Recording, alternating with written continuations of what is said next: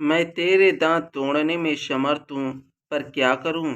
श्री रघुनाथ जी ने मुझे आज्ञा नहीं दी। ऐसा क्रोध आता है कि तेरी 10 मुंह तोड़ डालूं और तेरी लंका को पकड़कर समुद्र में डुबा दूं। तेरी लंका गूलर के फल के समान है। तुम सब कीड़े के उसके भीतर अज्ञानवश निडर होकर बस रहे हो। मैं बंदर हूँ, मुझे इस फल को खाते क्या देर थी। पर उदार कृपाल श्री रामचंद्र जी ने वैसी आज्ञा नहीं दी। अंगद की युक्ति सुनकर रावण मुस्काया और बोला, अरे मूर्ख, बहुत झूठ बोलना तूने कहाँ सीखा? बाली ने तो कभी ऐसा गाल नहीं मारा। जान पड़ता है तू तपस्वियों से मिलकर लबार हो गया है। अंगद ने कहा, अरे 20 भुजा वाले, यदि तेरी 10 जीवों मैंने नहीं उखाड़ ली तो सचमुच में लाबारी हूं। श्री रामचंद्र जी के प्रताप को समझकर स्मरण करके अंगद क्रोधित हो उठे और उन्होंने रावण की सभा में प्रण करके दृढ़ता के साथ पैर रोप दिया, मतलब पैर को जमा दिया। अंगद जी कहते हैं, अरे मूर्ख, यदि तू मेरा चरण हटा सके तो श्री राम जी लौट जाएंगे। मैं सीता जी को हार गया।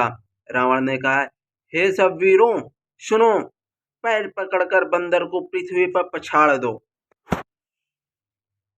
इंद्रजीत, मेघनाथ आदि अनेकों बलवान योद्धा जहां तहां से हर्षित होकर उठे।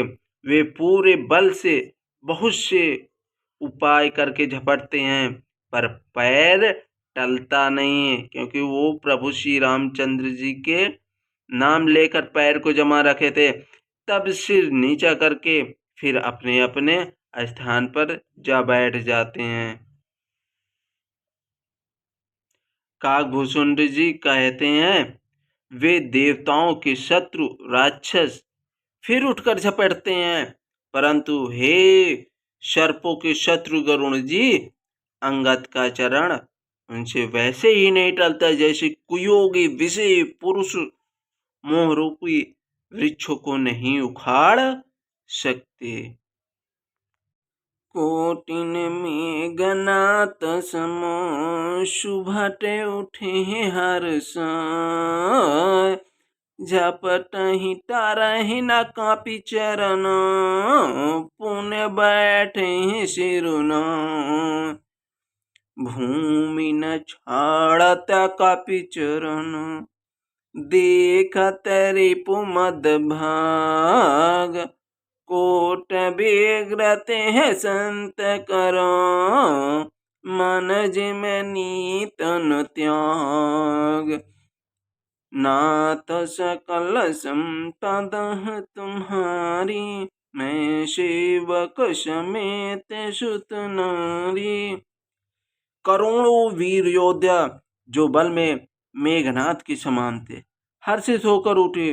वे बार बार झपटते हैं, पर वानर का चरण नहीं उठता। तब लज्जा के मारे सिर झुकाकर या सिर नवाकर बैठ जाते हैं। जैसे करोड़ों विघ्न आने पर भी संत का मन नीति को नहीं छोड़ता, वैसे ही वानर अंगद का चरण पृथ्वी को नहीं छोड़ता। यह देखकर शत्रु रावण का मद चूर हो गया, घमंड चूर हो गया।